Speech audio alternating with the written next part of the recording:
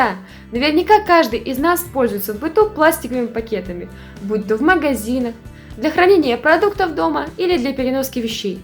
Однако мало кто знает, что с момента производства первого пластикового пакета ни один пакет еще не дошел до своего биологического разложения. А все потому, что они имеют свойство разлагаться до 1000 лет.